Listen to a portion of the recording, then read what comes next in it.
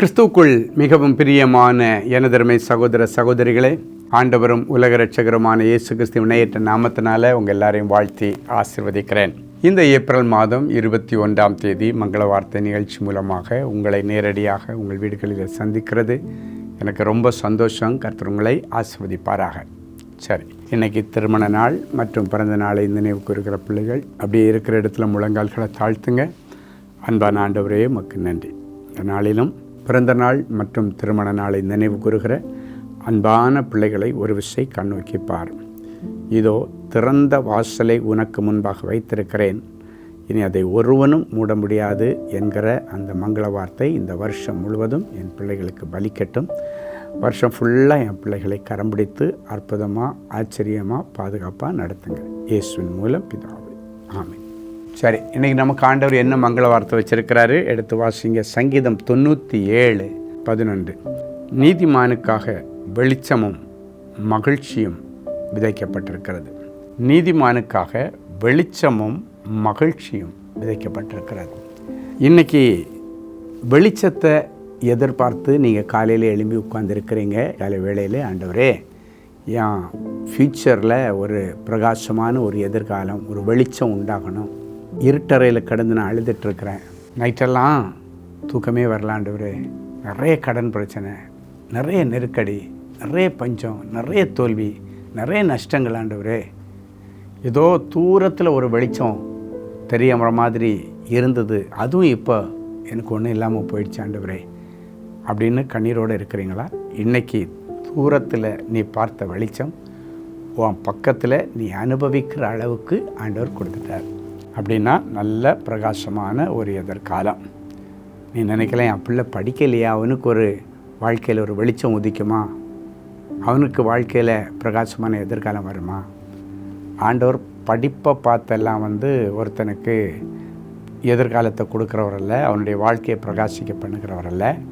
அவன் எப்படி வாழ்கிறான் அப்படின்றத பொறுத்து தான். நீதிமானுக்காக இன்றைக்கி வெளிச்சத்தையும் மகிழ்ச்சியும் ஆண்டவர் உனக்கு கொடுக்க ரெடியாக இருக்கார். உனக்கு படிப்பு இல்லை, எனக்கு ஞானம் இல்லை, அறிவு இல்லை, கவலைப்படாத. நீதிமானாயிரு, நல்ல மனுஷனாயிரு, நல்ல மனுஷியார். ஆண்டவருக்கு பிரியமானதை செய்து பாரு. உனக்கு தானாகவே வெளிச்சம் உன்னை தேடி வரும். நல்ல வேலை உன்னை தேடி வரும். வியாபாரங்கள் உனக்கு கிழக்கிலேருந்து மேற்குலேருந்து வடக்குலேருந்து தெற்குலேருந்து நீ தான் பண்ணணும், உன்கிட்ட தான் நான் வியாபாரம் பண்ண விரும்புகிறேன்னு சொல்லி உன்கிட்ட உன்னுடைய பாதப்படியில் அவங்க விழுறதை பார்ப்பீங்க. கடந்த நாட்களில் ரொம்ப நஷ்டப்பட்டுட்டீங்க, ஆனாலும் இன்றைக்கு ஆண்டவருடைய நாமத்தினால் ஆசீர்வதிக்கிறேன். அந்த நஷ்டங்கள் எல்லாம் இனி உங்களுக்கு லாபமாக மாறும். அது மட்டும் இல்லை, நீதிமானுக்காக மகிழ்ச்சி விதைக்கப்பட்டிருக்கிறதாம். கடந்த நாட்களில் நிறைய துக்கமான காரியங்கள் குடும்பத்தில் நடந்திருக்கலாம். மனவேதனையும் மன அழுத்தத்தையும் கொண்டு வருகிற காரியம் நிறைய நடந்திருக்கலாம். அந்த காரியத்தை கர்த்தரிடத்தில் ஒப்புவித்து அவர் மேல் நம்பிக்கையாக இருங்க. அவரே துக்ககரமாய் நடந்த அந்த சம்பவங்களின் மத்தியில் ஒரு மகிழ்ச்சிகரமான சுப காரியத்தை உங்களுக்கு செய்வார். ஒருவேளை கடந்த நாளில் யாரையோ ஒருத்தர் நீங்கள் இழந்திருக்கலாம். ஆண்டவர் அந்த துக்கத்தை மறக்கடிக்கிறதுக்கு வீட்டில் ஒரு நல்ல சுப காரியத்தை செய்வார். இல்லைன்னா குடும்பத்தில் ஒரு நல்ல சந்ததி ஆண்டவர் புதுசாக கொண்டு வருவார். ஏதோ ஒரு நல்ல காரியம் சீக்கிரத்தில் நடக்கும். சரியா? சரி, ஒரு நல்ல சாட்சியை கேட்கலாம். சிஸ்டர் ஜீவலதா, கோயம்புத்தூர். என்னுடைய மகள் குவைத் தேசத்திற்கு செல்வதற்காக விசா கிடைக்காமல் தடையாக இருந்தது. கோவை ஆறுதலின் தோட்டத்தில் நடைபெற்ற குடும்ப ஆசீர்வாத கூடுகையில் கலந்து கொண்டு கூட்டத்தின் முடிவில் சகோதரர் ஸ்டீஃபன் அவர்களை சந்தித்து ஜெபித்து கொண்டோம். சகோதரர் அவர்கள் ஜெபித்த போது, அன்பு மகளுக்கு ஆயத்தம் பண்ணி வைத்துள்ள ஸ்தானத்திலே அமர பண்ணுவேன் என்று சொல்லி ஜெபித்தார். அந்த ஜெபத்திற்கு பிறகு கர்த்தருடைய கிருபையினால் என்னுடைய மகளுக்கு விசா கிடைத்தது. குவைத் தேசத்தில் நிரந்தர அரசாங்க வேலையில் சேர கர்த்தர் கிருபை செய்தார்.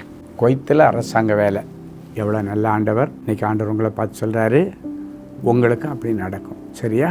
ஜெபிக்கலாமா? அன்பான ஆண்டவரே, மக்கள் நன்றி. இயேசுவின் நாமத்தினாலே என் பிள்ளைகளை ஆசீர்வதிக்கிறேன்.